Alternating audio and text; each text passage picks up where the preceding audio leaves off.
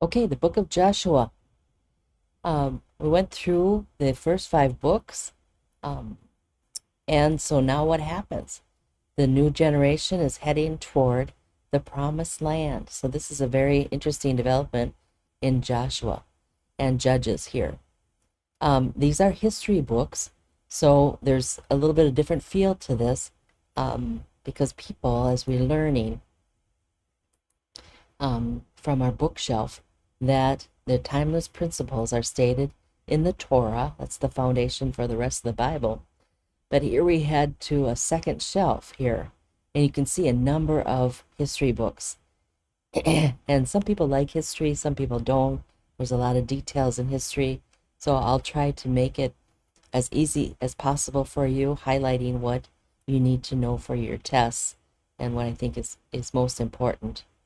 But we don't want to forget that the big plan is to fill the earth with God's glory, and everything flows out of a covenant relationship. So, how do Israel, how do they do? Um, do they respond to the timeless principles? Do they fill the earth with God's glory?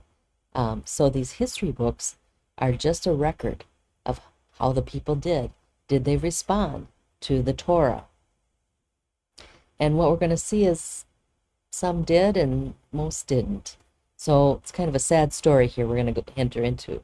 But as we look at the book of Joshua, we're going to see that God's glory does fill the earth. It does fill the earth.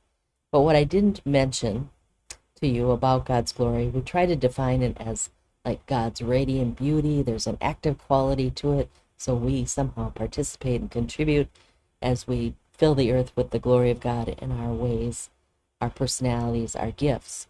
So we say there's this radiant beauty in God's glory.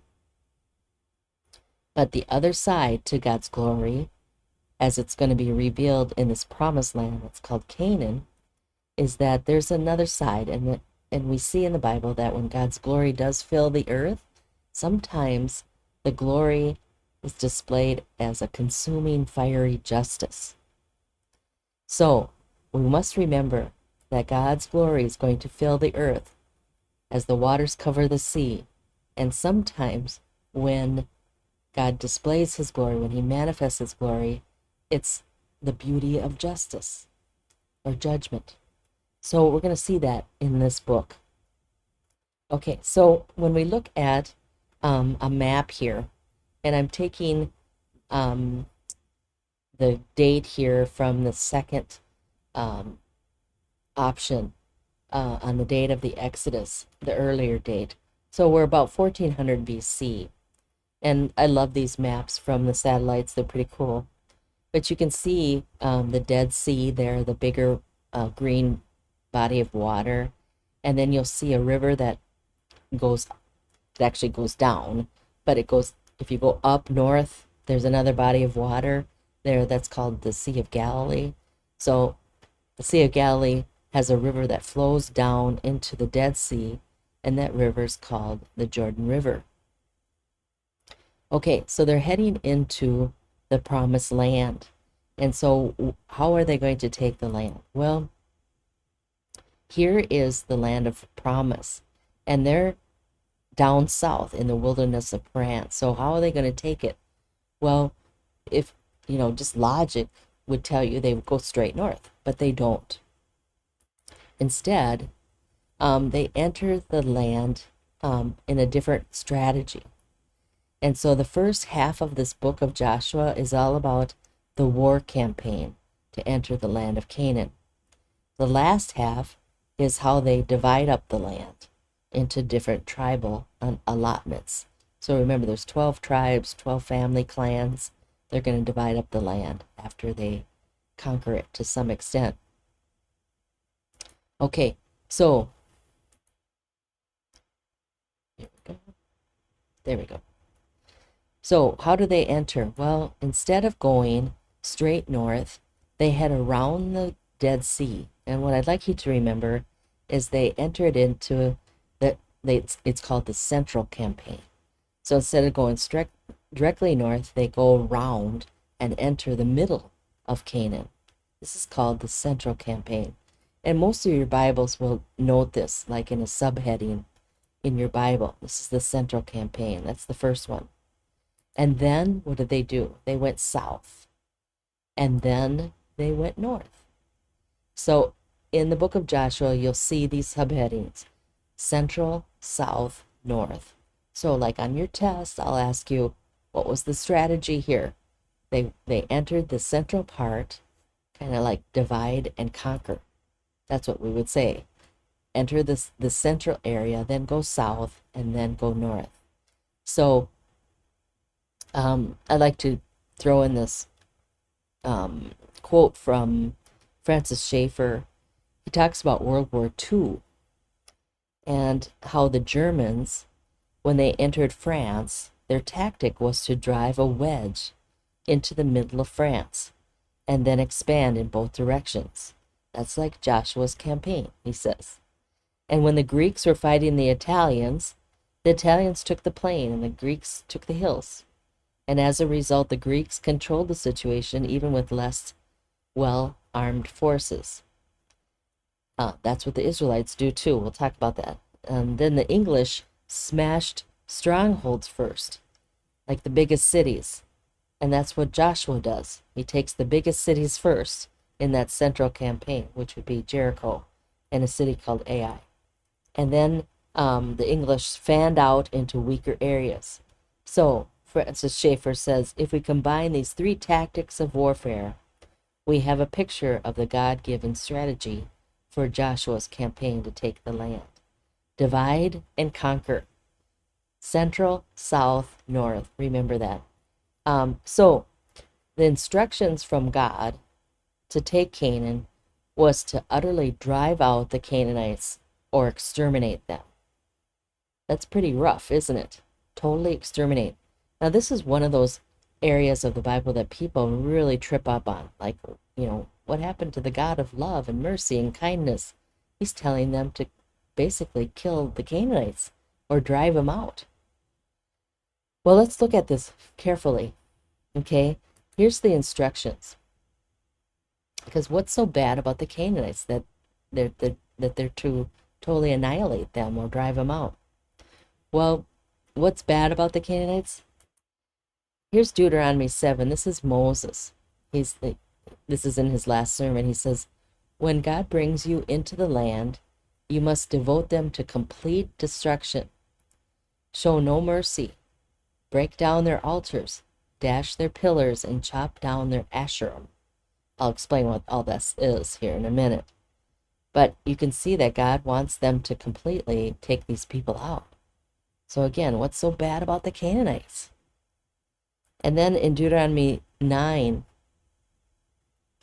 verse 5, God says through Moses to Israel, it's not because of your righteousness are you going in to possess their land, but because of the wickedness of these nations, the Lord is driving them out.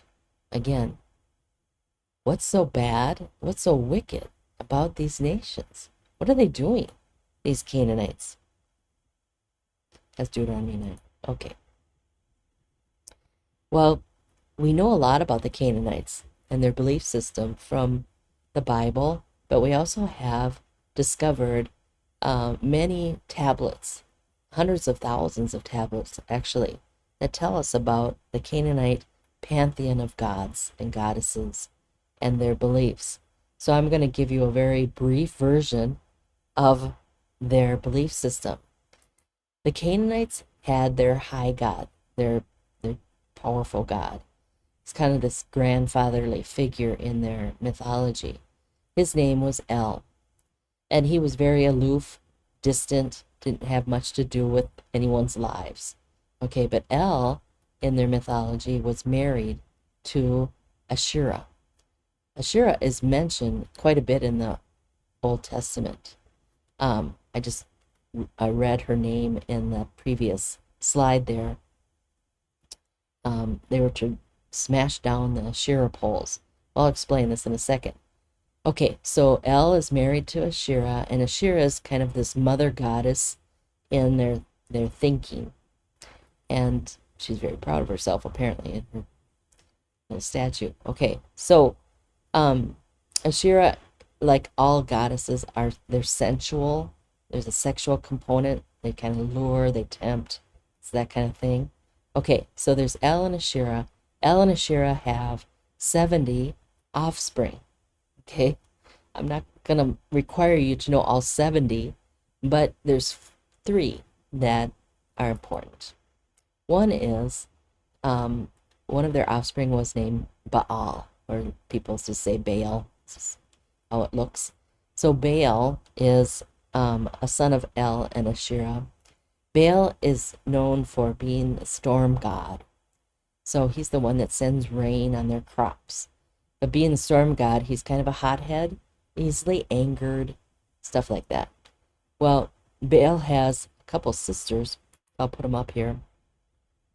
Astarte and Aneth. Again, I'm in the way here. A-N-A-T.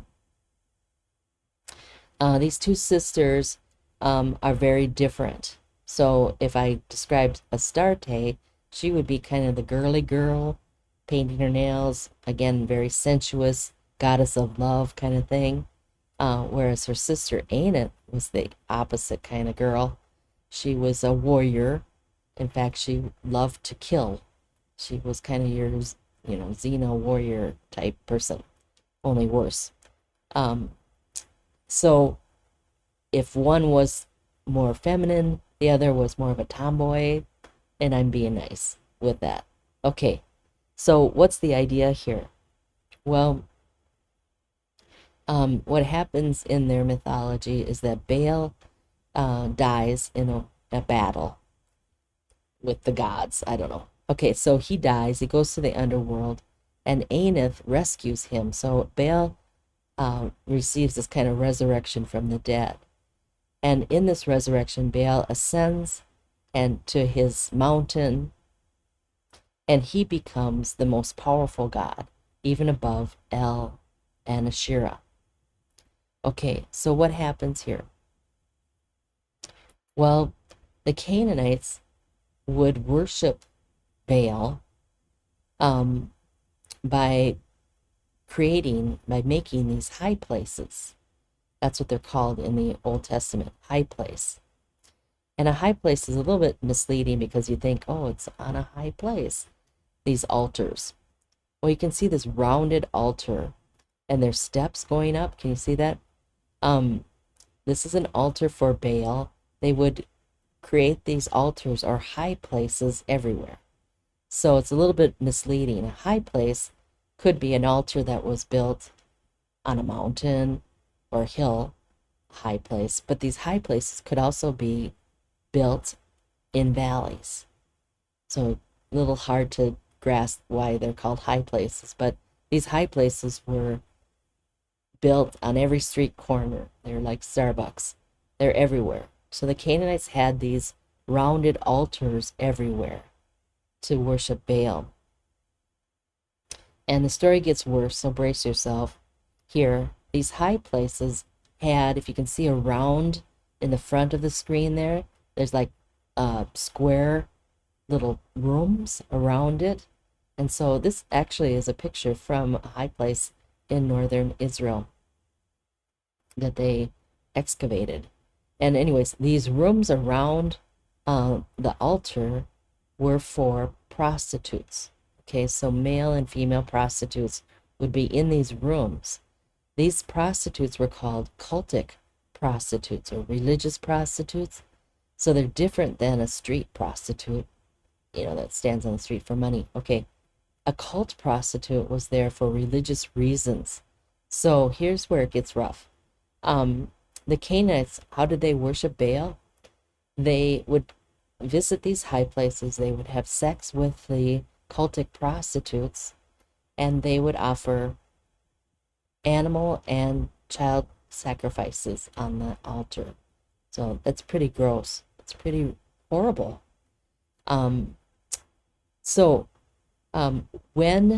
Here's where I hate to break it to you, so just put on your seatbelts.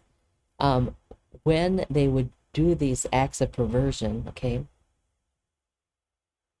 this would arouse Baal, according to their mythology, and he would get sexually excited, and he would have sex with either his mother, Asherah, or his two sisters. Okay, and send his semen rain on the crops of Canaan. I know. It's one of those stories that never gets talked about. You're never going to hear it in a sermon. You're not going to hear it in youth group over pizza, right? It's not going to be told to the children at Sunday school. So when do we talk about this? Never, except in my class. But it does explain, doesn't it, why God is not happy with the Canaanites. They are participating in what I'd call the occult. So you could say a lot of scholars believe that some of the children that were offered to Baal as a human sacrifice were children that were born to these prostitutes. But that probably was part of it. But these people in Canaan were offering their own babies, their own children, to die on this altar. So we can understand why God says, it's time to go into Canaan and utterly drive them out or exterminate them. It's what some would call a just war theory. Stop the bad behavior. Yeah, stop it. So here's another quote from Deuteronomy, because Moses does warn them. When they go into Canaan, he says, "You shall not learn to follow the abominable practices of those nations." Do you think? Okay. "There shall not be found among you anyone who burns his son or his daughter as an offering, practices divination." Okay, there's more information here. They tell fortunes, they interpret omens, they have sorcerers, mediums, these are channelers, we'd call them, or a witch, one who inquires of the dead. They're doing seances. And he says, because of these abominations, the Lord your God is driving them out. So you could say that something terrible is happening in Canaan. And so the Israelites have to do something to stop this bad behavior. Again, child sacrifices, occult practices like telling fortunes, divination. This is all what we'd call Satanism or the occult today. Okay, that explains a little bit, doesn't it, about what's going on.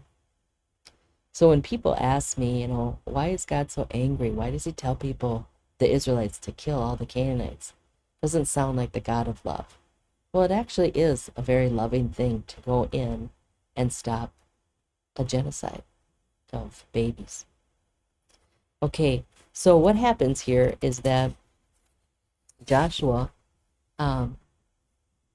Moses dies, and so his assistant Joshua leads them into the promised land.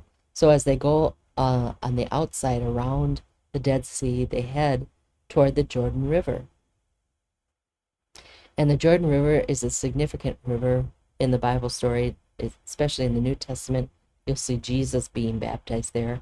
We'll talk about that. But this is a picture of the Jordan River. And it's very interesting because when you take an aerial picture of this river, going from the Sea of Galilee down to the Dead Sea, it looks like a snake. It's a really windy river. And the Jews today still call it the snake. It's just weird. So once they cross this river, there's no turning back. And what happens is that God parts this river, and like a little Red Sea here, crossing. And they cross on dry ground again. So we have another miraculous thing. When they cross the river, Joshua receives instructions from a man that appears with a drawn sword in his hand. So this is Joshua 5. So they're about to enter that central campaign, and Joshua meets up with, I'll call him Aslan. Okay, it was a man that was standing before him with his drawn sword, and he said, "I am the commander of the army of the Lord. Take off your sandals from your feet, for the place you are standing is holy." Now here Joshua meets this man who says, take off your sandals. You're standing on holy ground. this is very similar to Moses' encounter with Yahweh at the burning bush, because when the angel of the Lord appeared to Moses in a flame of fire out of the midst of the bush, God called to him, Moses, Moses, take off your sandals. You are standing on holy ground. So this leads a lot of people, including myself, to conclude that this man was Yahweh. So this is a pre-incarnate appearance of Jesus Christ, which makes this scene very exciting. Jesus is going to accompany them into the promised land. So this is before he receives his human body. He appears to Joshua. So Joshua receives some instruction. So what does the commander of the army of the Lord tell him? What does Jesus tell him? He tells him how to take the first city, Jericho. Now, you might have heard about Jericho's walls, not sure, but this is the central campaign where they take the biggest city in Canaan. And remember the Canaanites, they're not such a good people, okay? So Jericho is known for its famous walls, and it's the oldest city that is known today, dating back to 7000 BC, and it's the lowest city in existence at 800 feet below sea level. In the summer, Jericho's temperature can reach 130 degrees in the shade, so it's always warm, and it can grow bananas throughout the year. Okay, well, what is this about this double wall? Well, Jericho's walls were very well fortified, and they had two walls, you can see, an outer wall and an inner wall. And these walls have actually been rebuilt like 17 times over a 1,000-year period. So when people would rebuild walls, they wouldn't build it with new bricks. They usually just used the old bricks and repaired them to strengthen them, So in the 1930s, a famous archaeologist named John Garstang excavated the collapsed double wall of Jericho. And what he found was that you can see there's residential areas on the outer ring, and then in the center, on the top there's more residences. But what he found was that the residential area, there was evidence of being thoroughly burnt and violently destroyed. He discovered many store jars full of grain within the burnt debris, which indicates that the city was destroyed when there was an ample food supply. You might think, who cares, Gloria? But it fits the description in the book of Joshua. It indicates that it fell quickly, not after a long siege, and it occurred after harvest time because of these storage jars. They still had grain in them. So it was in the spring of the year, and that fits the account in Joshua chapter 2 and 3. What happens here, what we know is that along the outer ring, these were poorer people. And some of these apartments were built into that outer wall. So they were built into the wall. The inner ring, the inner suburb, you could say, was the more wealthier people. So more wealthier houses. So what happened here is that the instructions from the commander of the Lord's army told Joshua to circle the city 7 times and then to blow trumpets. Okay, that's how they're going to take Jericho. That's how they're going to break down into the walls of Jericho. These guys just left Egypt. They don't have a lot of advanced weaponry. So they start to circle 7 times, blow the trumpets. And what happened was, the walls started to tumble down. But this is a good picture here, because you can see that the walls fell outward, and that formed a natural ramp for the Israelites to surmount the walls. And so here's Joshua 6, verse 20. They went up into the city, every man straight up into the city. So what they did before they circled is they sent in spies to see what the city was like. And there was one woman that helped them, and her name was Rahab. And Rahab's home is described in the book of Joshua as having been built into the city wall. So she was right there on the wall. And so her roof was exposed, built into the wall. And so when the spies came in, she helped hide them so that the people of Jericho would not catch them. So she facilitated the spies' escape there. She had heard about the Israelites leaving Egypt, and she had somehow come to faith in God. And the excavations proved that these houses built on this wall appear to have been the poorer quarter of the city, because they were constructed with thin walls with only one brick in width. Okay, so what's interesting about this woman is that Rahab is described as a prostitute. So very exciting. We don't know if, was she a street prostitute or was she a cultic prostitute? I don't know. But she comes to faith and she helps Israel with the spies. Okay, so we can say that the strategy here is to surveil the land, gather information. And so, I'm trying to make this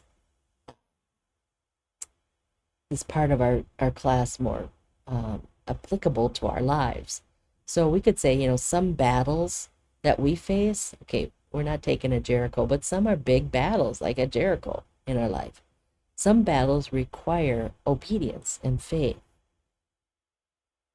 that God will divinely intervene into whatever we're facing. And actually, when we face a battle in our life and it looks insurmountable, it seems like there's nothing we can do. It's that big of a battle. Sometimes walls can become ramps. We just need God to intervene. So they take Jericho. Part of the central campaign is to take the next big city, which is called Ai. And you'd think that, that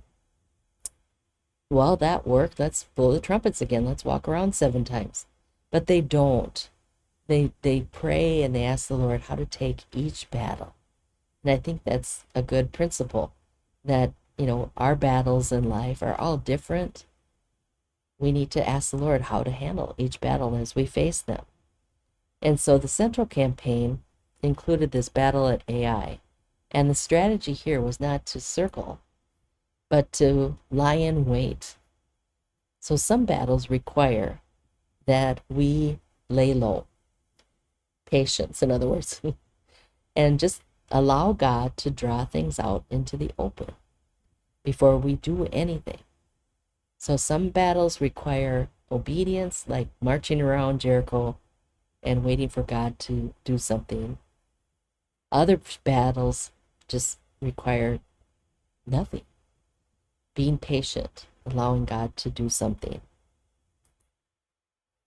Next comes the Southern Campaign. Okay, smaller city-states, we'd call them. Canaan was not a country or nation that had one king. It was like little cities with their own little rulers. And so here's the Southern Campaign, and we see that their strategy here was different again. Again, they depended on the Lord. And this time their strategy was to exploit the disharmony with the city-states. They were not all unified, in other words. And so sometimes there is one battle after another, after another, after another, and it feels like, it just is a rough patch in our life. Some battles we need perseverance when things are confusing, and it just gets tough after a while. So they took the southern area as well. Then they moved north, the northern campaign. And here, again, the northern campaign, they entered the hill country. Let me put that on there. Okay. The strategy, I'm sorry, my head's in the wrong place here. The strategy was to enter the hill country. So when they had an advantage here, just like that quote I read from Francis Schaeffer's analogy to World War II, when you head into the hill country where there's forests and trees, it makes it harder for iron chariots, right? So the Israelites had no chariots and horses, but the Canaanites did. And so the Canaanites were at an advantage in the open field. So what the Israelites did is they entered the hill country in the northern area to avoid the iron chariots. So we could say that some battles require the indirect approach. The head-on approach is not always wise. It's not always the best thing to do, even though, like, when we face a battle and it's obvious to just head on straight, just go for it, deal with it in a very clear way, like go into the front door kind of thing. It's obvious what has to be done. Sometimes when we pray, God says, maybe go in the side door. An indirect approach to a problem can be maybe better than hitting it head on.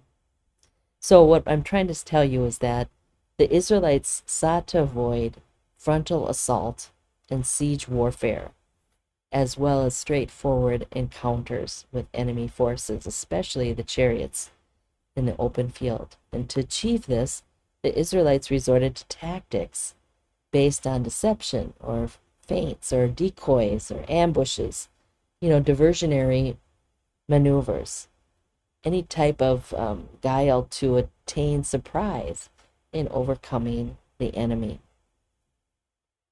So by the end of the book, you'll see that the takeaway, of course, I'm trying to remind you, right? Earth is going to be filled with the glory of the Lord. And sometimes this glory of God manifests in judgment. And this is what's happening. The glory of God is manifesting in Canaan. It's just a purging. It's a cleansing. It's God's judgment. The book ends with conquest without control. They entered the land. They conquered much of it, but they didn't control it. We would use the term, they went in and they occupied. So we've got lots of different examples in our modern day. When we went to war with Iraq, we occupied. Okay, Afghanistan, there was occupation, but not control. Okay, so that's what happened with the Israelites. Conquest without control. So after about a 5-year war, Joshua commands each of the tribes of Israel, the 12 tribes, to secure their own territory. So he divides up the land into 12 territories, and he tells each of the tribes, you secure your own area. So there's still Canaanites there in the land. It's just everybody's got to do their own allotment. All right. So the Ark of the Covenant, the tabernacle, okay, that is placed in a place called Shiloh. But I just want you to note it, that it's in the center of the people. So it's placed right in the middle of all of them, so they can all journey to offer sacrifices there. And then one little thing I want to include here is another archaeological discovery, the Amarna letters. In 1988, I like to throw these little archaeological discoveries into the class just so you can see that, archaeology doesn't necessarily prove that the Bible is true, but it offers a lot of circumstantial evidence that it is, okay? So these Amarna letters, they were discovered in 1988. They discovered about 400 cuneiform tablets that were part of the royal archives of Amenhotep III. So that's after Amenhotep the second, the Exodus one. So these royal archives of Amenhotep III and Amenhotep the fourth, which you might know him as Akhenaten, they reigned anyways around 400 BC, 1400 BC. So this little tablet, the reason I'm bringing them up, this tablet dates to about the time of Joshua's conquest. Okay, and what's on this tablet? Well, this tablet they're like a letter. It's a letter written by the Canaanite rulers. They sent it to the Pharaoh of Egypt. And on the letter, the Canaanite rulers are asking for help from the invasion that's occurring, the invasion of the Habiru, which probably means the Hebrew people. So I'd like to show that to you for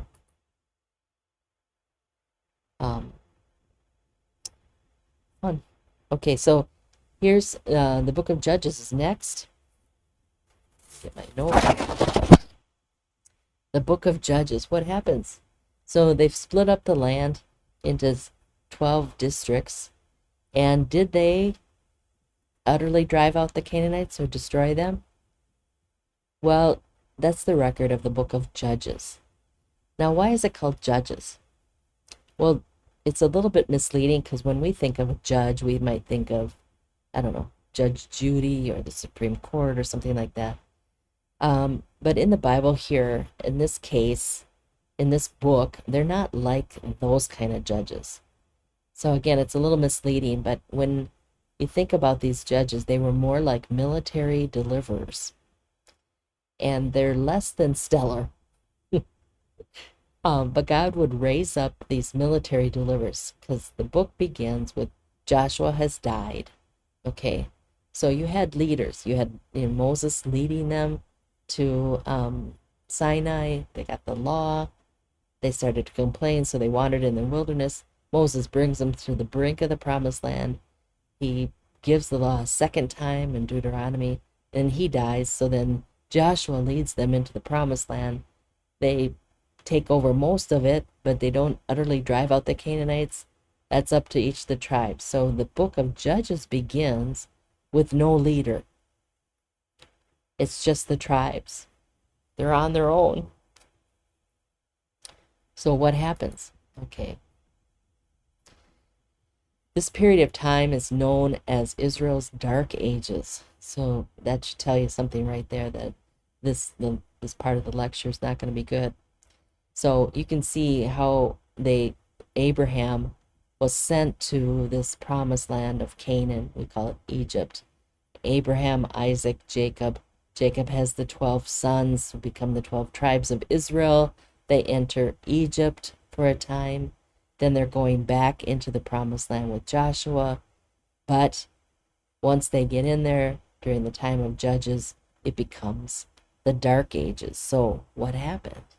Why is it called Israel's Dark Ages?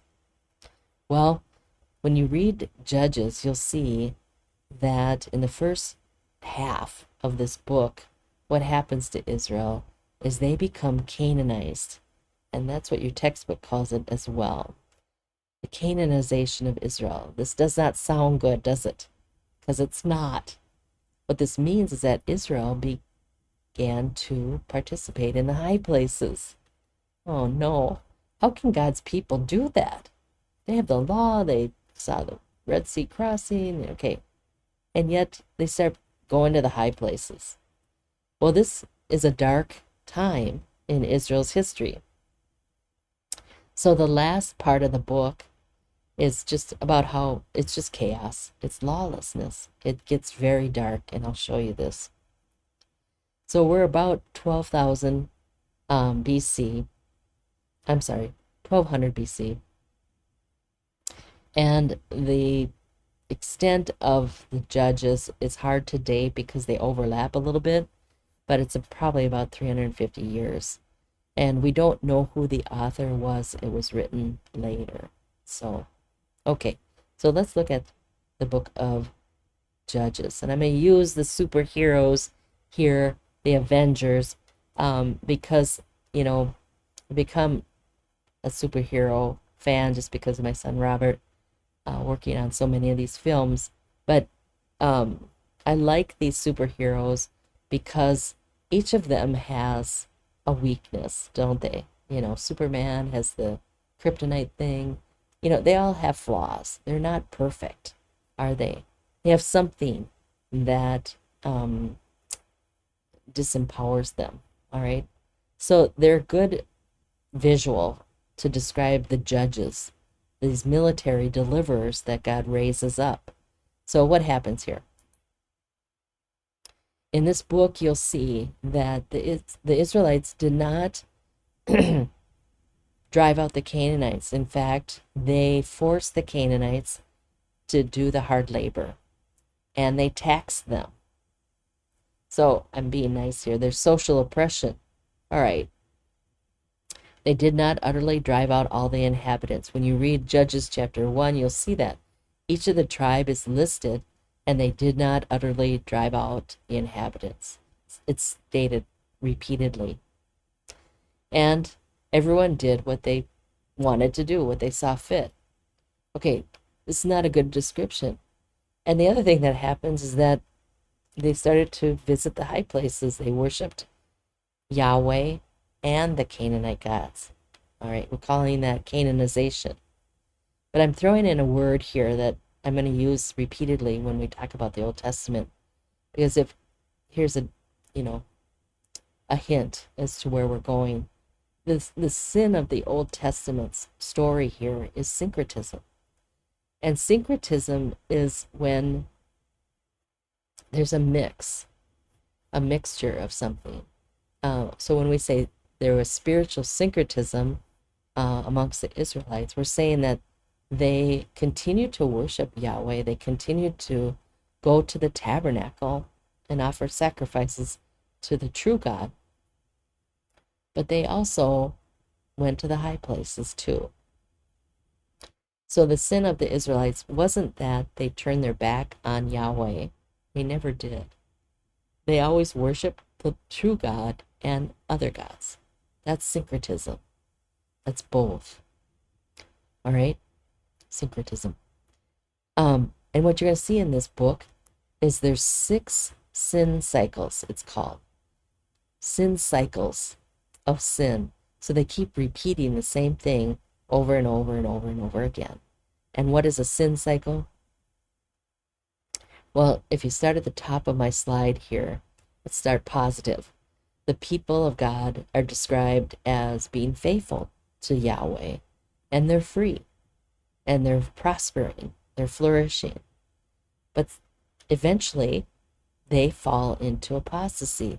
They fall away from God. They stop being faithful. They start to worship other gods as well, which provokes God to action. And usually what he does in this book is he allows the Canaanites that surround them, that are living among them, to start to oppress them.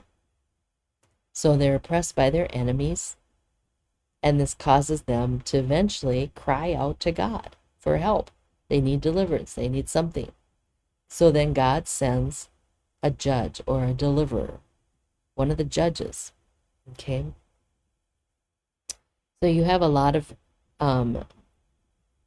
different characters like Deborah and Gideon and Samson, Jephthah. These are all different judges that God raises up. And they have clear weaknesses like the superheroes.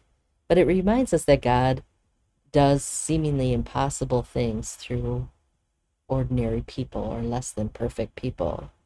And the point isn't that we find little nuggets of what they did well and make those moral imperatives, but the judges actually make us long for a more righteous judge who will defeat our enemies and help the helpless. Of course, I'm talking about Jesus. So this is a dark time. They keep falling into apostasy, provoking God, crying out, there's another deliverer. They're faithful for a time. Okay, it goes round and round and round. 6 times in this book. Seems like a never-ending story here. But the book has a very dark chapter, and I want to address it in Judges 19 because it captures how bad it got for Israel and why it's called the Dark Ages. There's a story in Judges 19 about a Levite. Okay, he's from the priestly tribe of Moses. This guy is traveling with his concubine. What's a concubine? It doesn't sound good. It sounds like cucumber or something. He's traveling with his concubine. A concubine sounds bad, but you have to remember that during this time, there was no welfare system. There was no social services. Okay, so when something happened in a family, say the dad dies or someone loses their husband, this made women very vulnerable. Women and children were very vulnerable during this time, and most of history you have that true for women and children. Unfortunately, they didn't have the opportunities to go, get educated or have a job or anything. They were completely dependent on men in their lives. And so if there was a tragedy, what would happen to these women?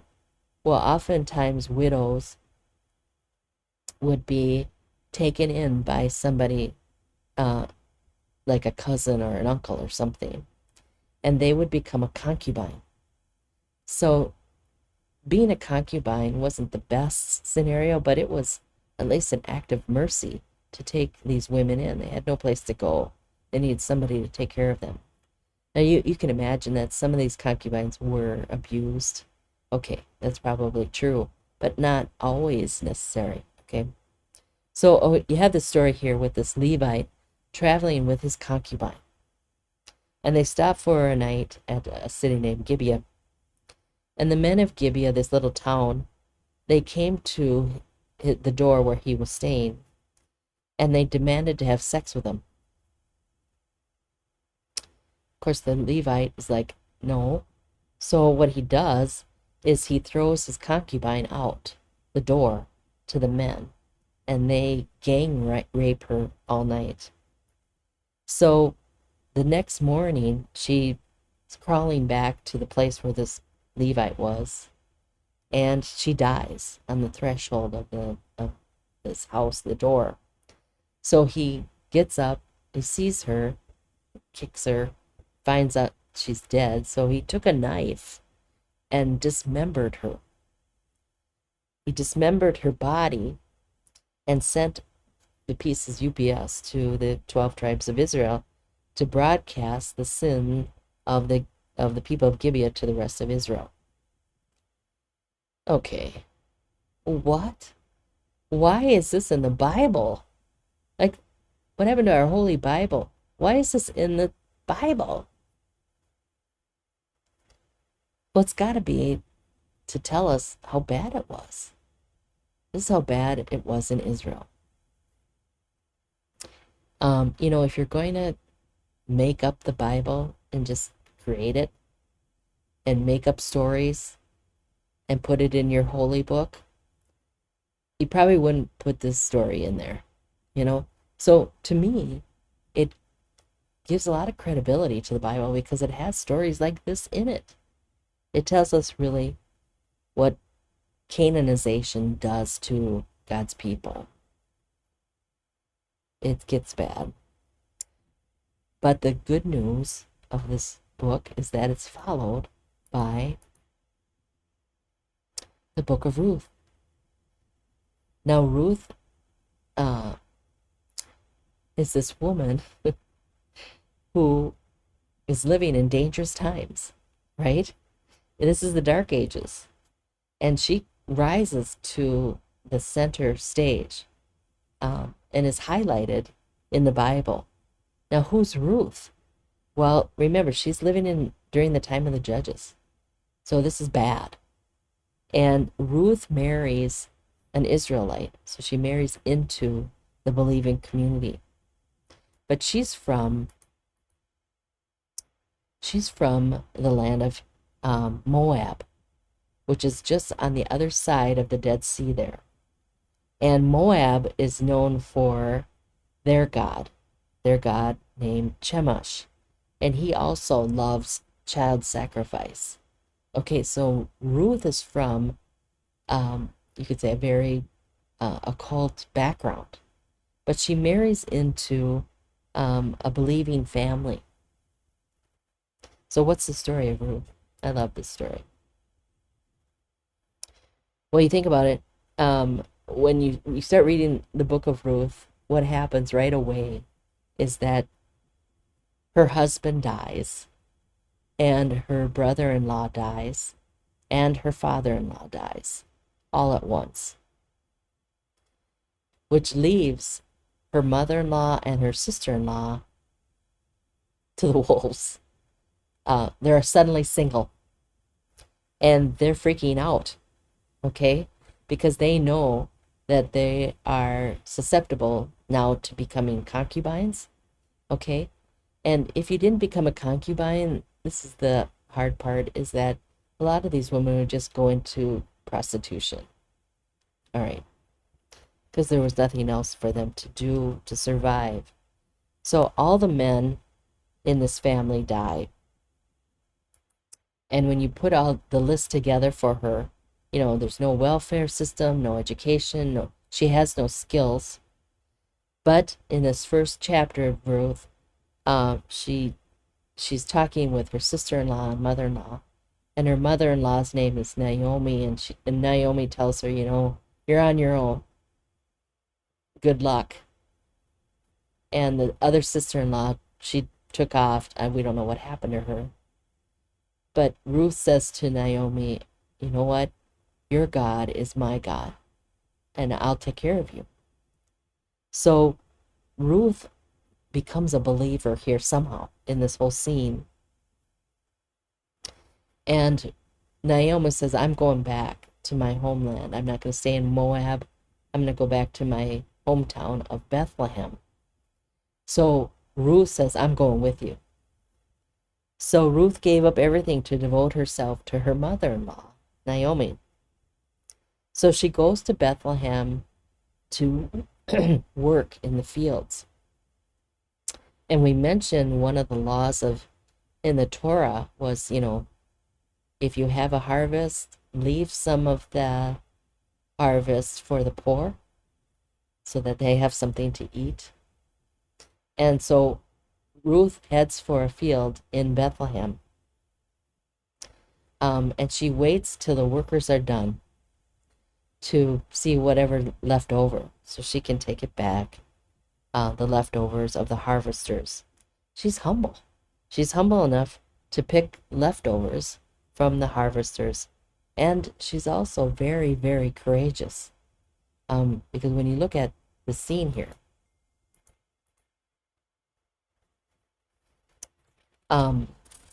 she's working in this harvest, but she doesn't, I should say, whose field is she working in? The field that she's working in Bethlehem is owned by a man named Boaz. And he takes notice of her. Now, who would want this woman with a past? She's from Moab. She's unknown. She's working in the fields. I mean, she's not a virgin. She's got a pagan past. Her hands are raw. She has no future. She has no plan. She's just trying to survive in the fields outside of Bethlehem. And noting, these are the same fields that God would choose to announce the birth of his son to guys keeping watch over their flocks by night. Okay, same field. So this guy who owns the field took notice of her. And he actually tells the men in the field, leave her alone. Don't touch her. Because he knows this is dangerous for her. But he takes notice of her. And so Ruth says to him, why have I found favor in your eyes that you should take notice of me? And the Hebrew here is a little stronger than, oh, he's eyeing me. No, to take notice in the Hebrew means to acknowledge with honor about what God has done in her life. So, wow, Boaz, what a guy. This is the kind of guy you want to marry, He honors her. He's not just gawking at her like she's pretty, which she might have been, but he's honoring her, like taking notice of this woman.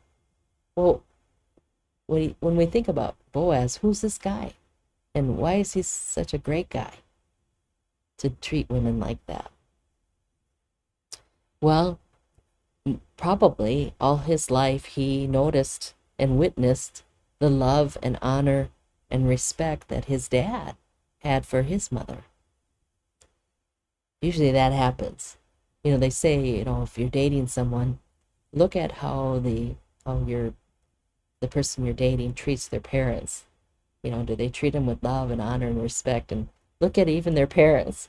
How do they treat each other? Okay, Boaz must have learned something about honoring and loving women from his own dad and mom. So who were his parents? Well, it's interesting because the genealogy of Jesus, of all places, in Matthew chapter 1, notices that Rahab is in his genealogy, and it tells us that Rahab was Boaz's mother. So the Rahab that was the prostitute that helped the spies joined up with Israel after they took Jericho, and she ends up being the mother of Boaz. This is kind of a cool story. So what's our takeaway here from the book of Ruth? Well, redeeming love sees people as God sees them. And I think that's what Boaz did with Ruth. Redeeming love sees people as God sees them. And I also would say that, Ruth patiently waited for her mate, Boaz. So, ladies, while you're waiting on your Boaz, don't settle for any of his relatives. Broke ass, po-ass, lying ass, cheating ass, dumb ass, drunk ass, cheap ass, locked up ass, good for nothing ass, lazy ass, and especially his third cousin, beaten. Okay, wait on your Boaz and make sure he respects your ass. I'm sorry, that's funny though. I hope you're laughing. Okay. The real point I'm making here is that God's glory can be revealed in redeemed, transformed lives, just like Ruth. So I don't know what your stories are. I have my story. God has redeemed my life and transformed my life. And so no matter what kind of past we have, it doesn't matter, because God's glory can transform our lives.